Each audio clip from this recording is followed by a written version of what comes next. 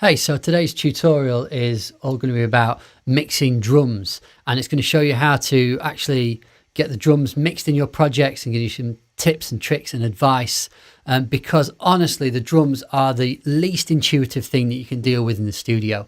And what I mean by that is that if you're recording an electric guitar amp in the studio, it's really obvious where the sound comes out. You put it in the corner, you stick a nice microphone in front of the speaker, you record it on one channel, and when you come to the mixing stage, you turn that up or down to blend it into your mix. And it's the same with the vocals. You'll record the vocals with one microphone. The bass or the keyboards, you might not even record with a microphone. You might just plug them straight into the desk. And it's really easy to blend them into your mix by turning them up and down. The drums are really unintuitive because it's this huge behemoth of an instrument with loads of different sounds coming from loads of part of the kit. You're going to have to use loads of different microphones suited to different frequency ranges.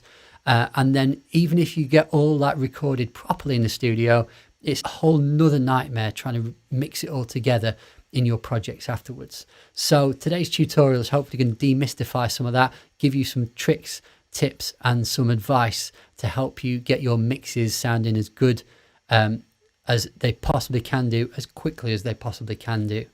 The track that we're going to be using to demo the stuff today is a little 16-bar snippet of some drumming that a friend of mine, Shannon, did for some of my electronica tracks a while back. And the reason I've chosen this section is for several reasons. Number one, he is an awesome drummer, and it's really fun to play around and mix some of his drums, especially when he's grooving like he is in these sections here.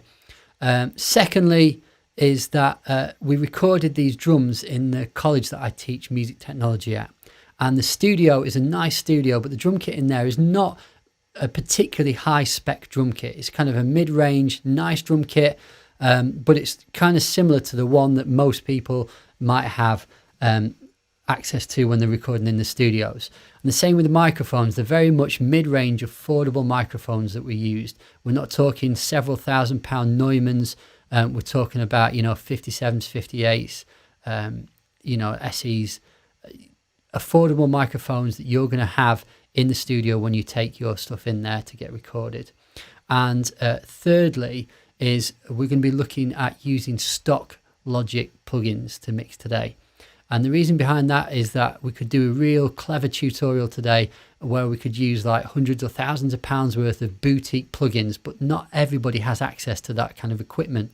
So I wanted to make this as accessible as possible by just using the stock Logic presets and plugins, so that everybody can kind of engage with this and get on their feet as quickly as possible with their mixes. So this is what it's going to sound like. What I've done earlier is I've put it in a separate project and stripped off all of the processing. And I'm going to explain to you how we got it up to this stage.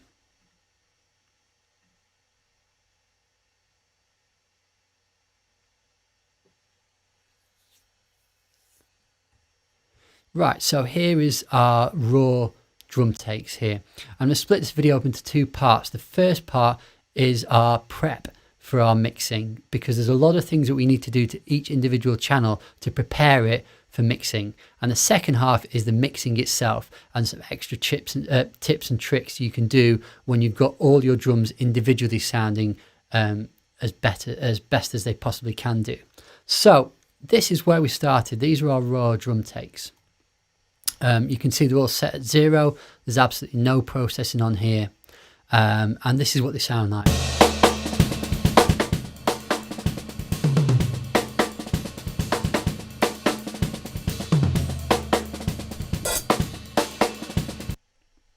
They sound pretty good, to be honest, straight out of the box.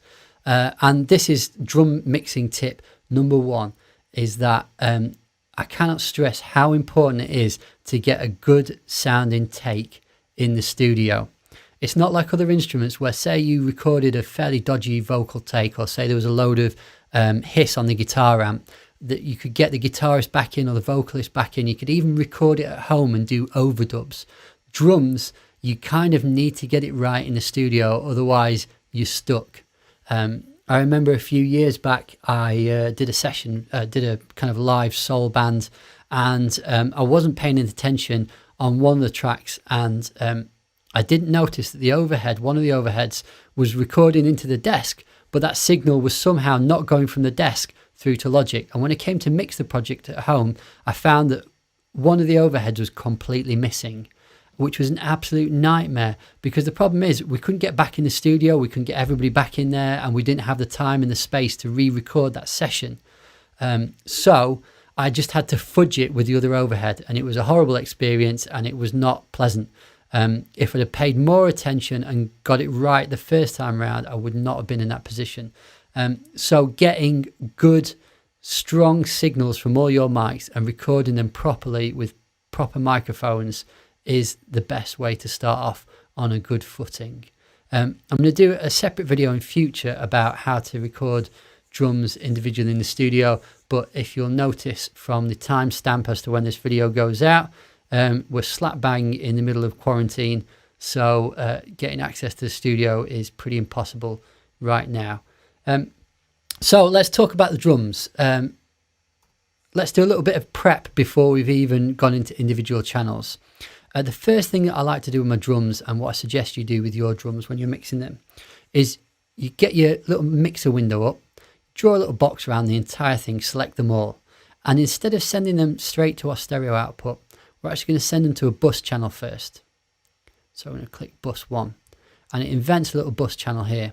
And why we have it sent to here is because, say we've got like a really awesome drum mix here, we've balanced out all of our kit and we're really happy about the way it sounds, and when we add in all the rest of the instruments, our drums are way too loud and we need to turn them down in the mix. Now, it'd be an absolute nightmare to turn all of these drum mics down individually. So if we send them all out to a bus channel first, basically a master channel for our drums, I can turn down the entire drum mix there, or I can turn it up.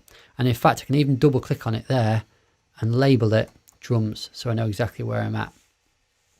So that's step number 1. Step number 2, and I said this before, is that I'm trying to make it as accessible as possible. So we're going to add some compression to our drums. Just reset those. We're going to add some compression to our drums. And the way we do that is we go to our audio effects channel and we click the little box there, and under dynamics, compression. And here's what our compressor looks like. And for those people that are still a little bit hazy about different effects plugins and things, in a nutshell, and I'm sure some people will slate me in the comments down below, but in a nutshell, in as easy possible language as possible, compressor compresses the volume range of sound. So it brings the loud bits quieter and the quiet bits louder, and it makes your different parts of your kit easier to balance out. And it's really important to have it on every single part of your kit. The second thing that people are going to get really mad at me about, oh, hopefully not, because, you know, I'm trying to make these kind of happy and friendly and accessible, is that we're going to be using a lot of presets today. And the reason we're using presets is that when you first start getting into a studio, the idea of getting a band in, learning how to mic up all the bits of the kit and learning how to mix is where you first start off with. And knowing that you need compression on your tracks is one thing, but knowing exactly what every single dial on here does is a whole other ball game. And I've seen a lot of students that I teach, when they first start mucking around with compression, they know they need compression on there, but understanding what threshold and ratio and attack and release and knee and all these different settings are is difficult to get your head around. And if you're still struggling with that aspect of effect plugins, I cannot stress how useful clicking on factory default and having a look at some of the presets for the effects are. So for example, drums, we've got this on our drum channel, our kick drum channel, and you'll notice that down here there is a couple of kick drums. So I'm going to choose this one, Type R kick drum, and if all of this is a little bit hard for you to understand, you can just leave it there. If you know exactly what threshold and ratio and attack and release do, go nuts. Tweak it to your heart's content. But if this is a bit of a mystery to you, leave it at that. Next, we're going to put some compression on our snare drum. Again, we're going to go factory default. I'm going to choose VCA snare. And we're just going to leave it there. We're going to copy this over here, we could set it up as a separate compressor on here, but here's a little shortcut. If you click Command and Option and hold down an effect, you can drag it onto a different channel, and when you let go with the mouse, it copies that effect and the settings exactly. Hi-hats, there actually isn't a separate setting for hi-hats in the factory default. So what you can do is you can actually use one of the overhead ones. So we're going to use a tight drum kit one. And we're actually going to use that same one on our overheads. So we're actually going to copy that from our hi-hats to our overheads over here. And lastly, we're going to put a compressor on our toms. And again, we're going to copy that compressor to our other two toms. Second tom and our floor tom here. So for a start, we've prepped our drums in terms of putting compression on everything. Next thing, we're going to start and go through each individual channel of the drums and make sure they sound good enough to blend together later on. So we're going to start off with our overheads. And the reason we're going to start off with our overheads is because they are the two most important microphones on the entire kit. Why that is because you get the entire sound of the drum kit on your overheads. If I press play now, you'll hear that it's captured everything.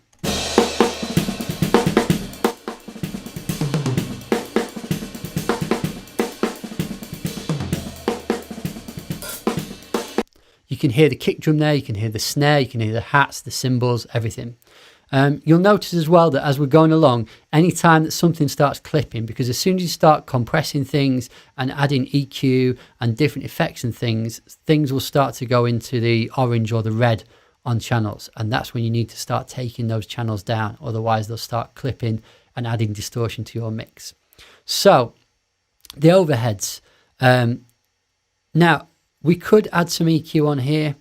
I'm not actually going to add an EQ on my overheads, and there's a reason behind that, and that is because one of the most common mistakes I see when people start EQing different instruments in their mixes, and it's not just limited to drums, it's all of the instruments, is that they can absolutely pulverize any take by going nuts with their EQ.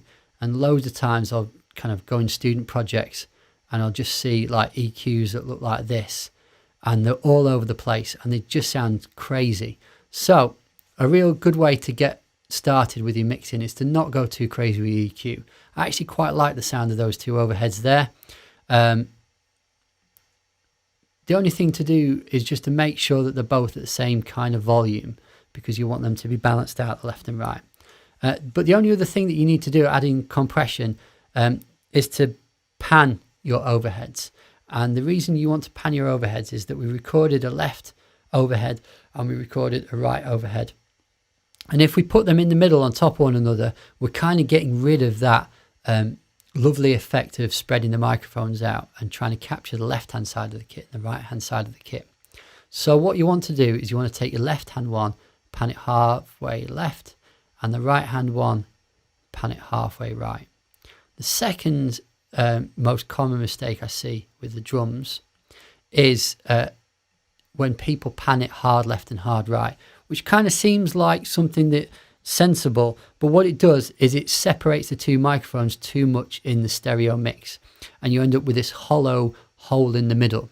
So what you want to do is just mix it halfway there and halfway there. And what I'm going to do is I'm going to press play, and as I press play, I'm actually going to pan one of them halfway that way left and one of them halfway right, and hopefully you should be able to hear with your own ears that stereo image appear from when they're on top of each other in mono. Have a listen.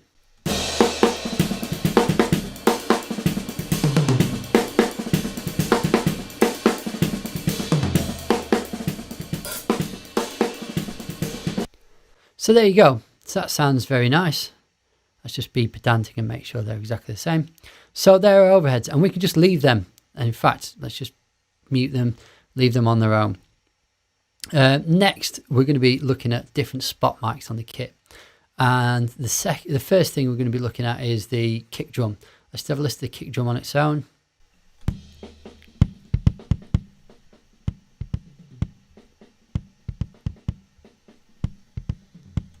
Now, I'm going to be honest with you here. When I came to mix this as a drum session in the actual track, I was slightly disappointed in the sound of this kick drum. I think if I was going to do the session again, I would like to get a little bit more oomph, a little bit more bass to my kick drum. It sounds very middly and slappy, that kick drum.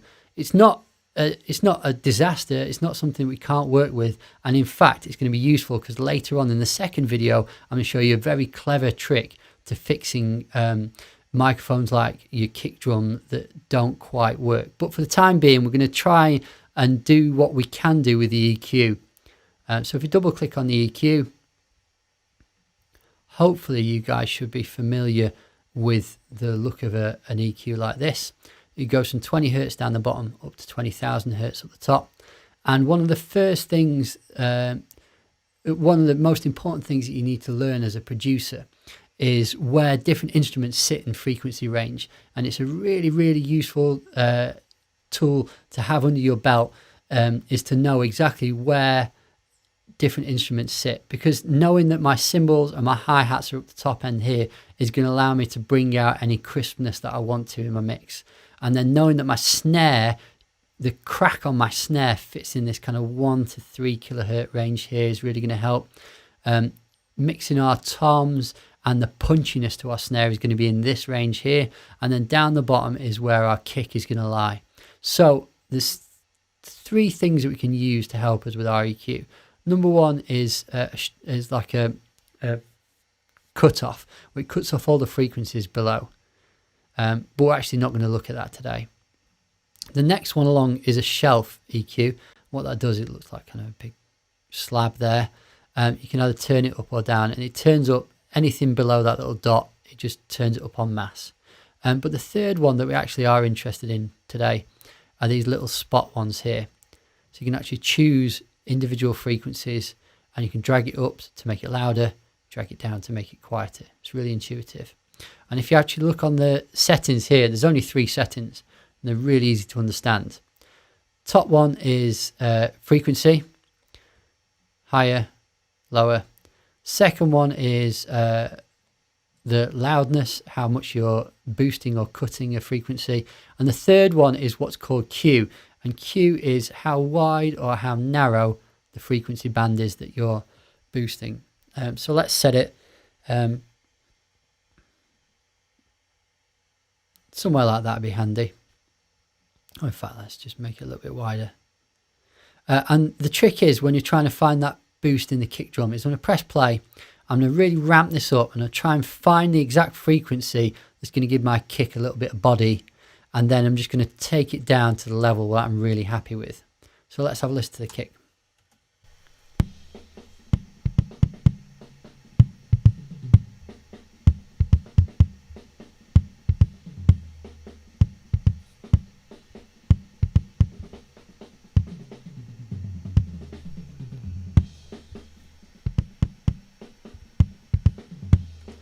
That sounds a bit better. Like I said before, it doesn't sound phenomenal because there's not loads of bass down there to boost in the first place. We're going to actually fix this a different way later on. But for the time being, that's usable.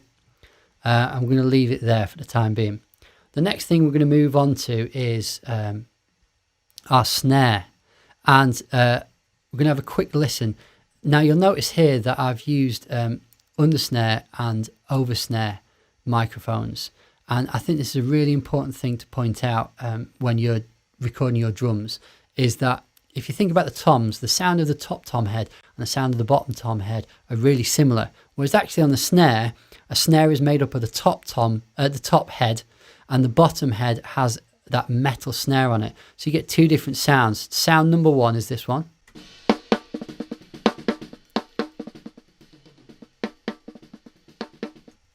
And the underneath snare is this real kind of raspiness.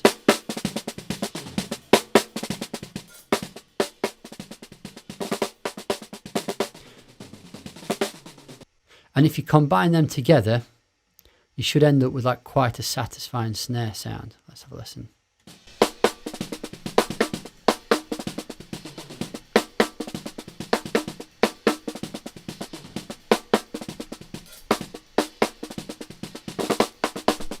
Yeah, that sounds pretty good.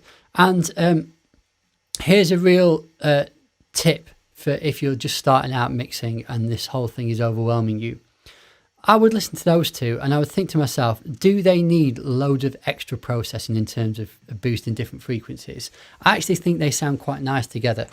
And if you're struggling to get your head around mixing, sometimes just leaving them, say those two snares, and being happy with the sound of those two snares can save you a lot of time faffing around with EQ and getting yourself into a hole in terms of finding frequencies and everything. So we're actually just going to blend those two together and just leave them as they are. And actually, if we mute the rest of this kit and just have the overheads and the kick and the snare, our drums should start to come together and they should start sounding better than they were at the start, certainly.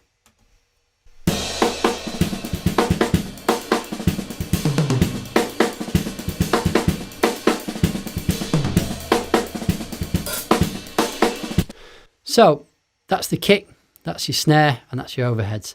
Next we're going to be looking at is your hi-hats. We added that little bit of compression. Let's have a listen to a little bit later on where Shannon's just playing the hats on their own.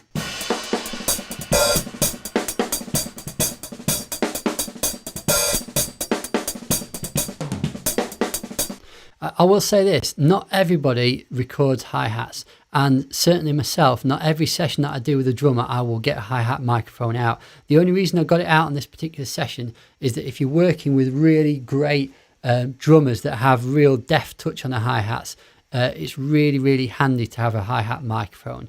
If you've got somebody who plays the drum kit very loudly, you might tend to find that when you do your mix, you might tend to find you start to turn your hi-hats down, and eventually you just turn the hi-hat microphone off and you wonder why you recorded it in the first place. So sometimes I'll record hats, sometimes I won't. Just this session I did.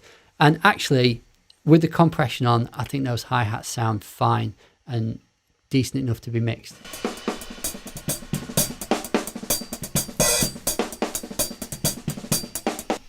Next, we're going to be looking at toms.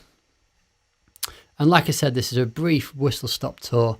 If you want to go deep on any of these things, there's loads and loads of tutorials out there that go into real detail about every minute part. But this is kind of one to give you a rough overview. So I'm going to move on to our toms. Now, there's a problem with our toms, and you might find this with toms in your recordings. See if you can hear.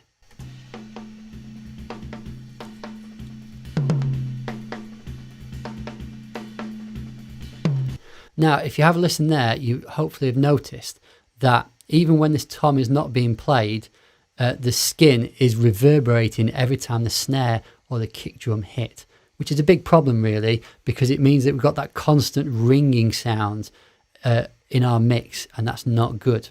So things that you could do to fix that if that was happening on your mix. Number one, you could try and EQ it, which would be a way.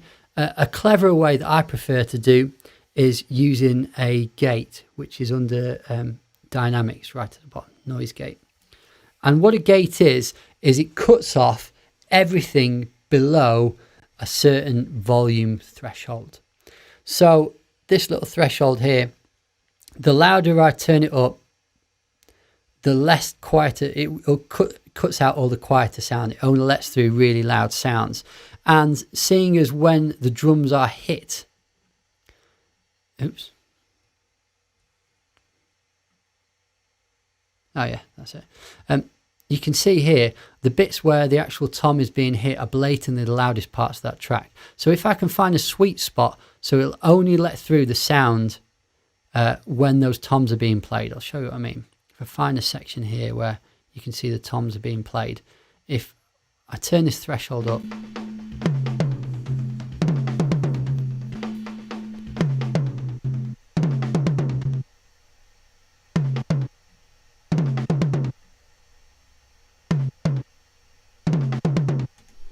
so I've got to this threshold, so it's just anything below it in the background is being cut off, and only when the actual tom itself is being hit, it's letting the sound through. So that's sorted it a little bit. The only other things that you need to do to make this a usable gate is over here on the right hand side. And this is what I suggest you do. Number one is turn your attack down to 0. And attack is how quickly the noise gate triggers. And you want your noise gate to trigger quite quickly actually, because the tom, any drum sound is quite immediate when somebody hits it. So if I turn the attack right down, it means that my noise gate is going to open up straight away and let that sound through. The second thing you're going to want is on the right hand side is this release here. And release is how quickly the noise gate releases and stops the background noise. And at the moment it's going to sound very choppy because my release is very short.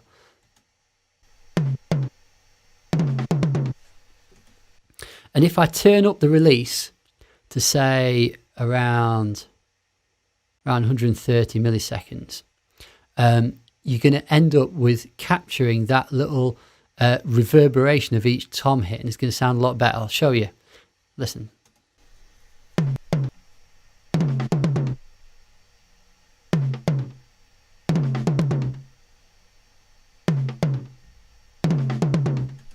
So now we've managed to capture the sound of that tom and cut out the rest of the instrument. So back where we started here, when we had that ringing tom all the time,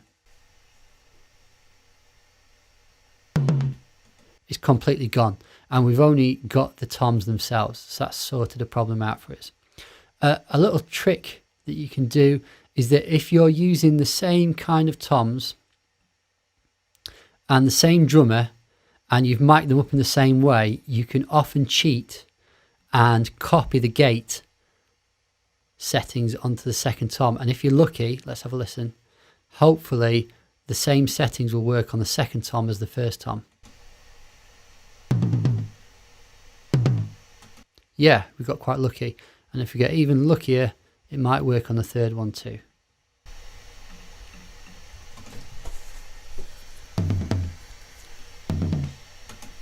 Yeah, so that's quite good. The last thing on the toms is that I'm going to say I think these probably do need a little bit of EQ. Like I said before, I was happy with the sound of my snare and happy with the sound of my overheads and the hi-hat. I'm not entirely happy with the sound of my toms. So let's just solo this first tom.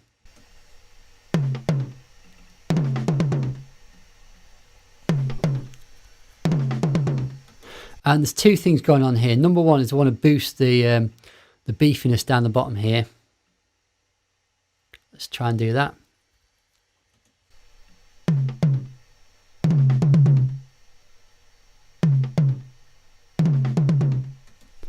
So that sounds a bit beefier down the bottom. The other thing is that I don't like, there's a frequency up here that's just ringing a little bit. I don't particularly like it. So what I'm going to do is I'm trying to highlight that and try and find out which frequency it is and then try and take it out. So let's have a listen.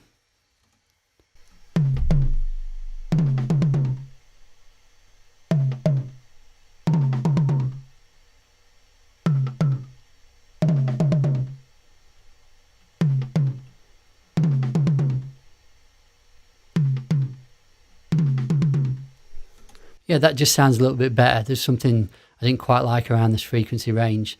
That sounds quite nice. Let's try it on the next tom.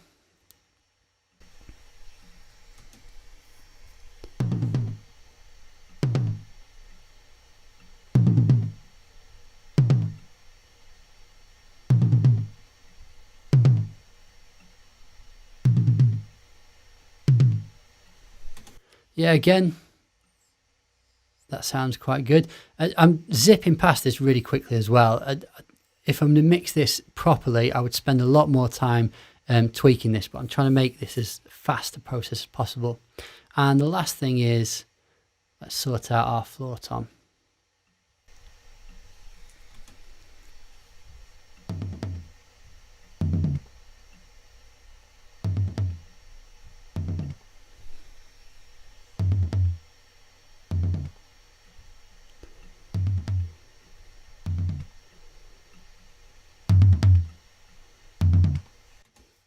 Yeah, so roughly those three toms sound nice. So basically that's the first part of our mixing stage. So what we've done is we've not blended anything together. We've added compression to everything.